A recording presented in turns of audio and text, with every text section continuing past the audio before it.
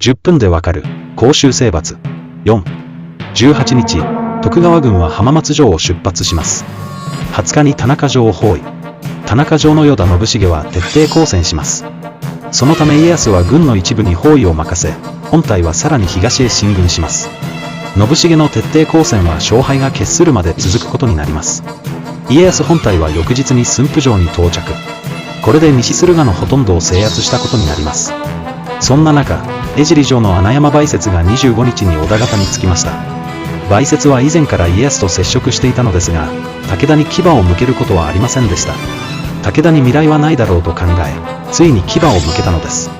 梅雪の裏切りにより、武田はさらに追い詰められることになります。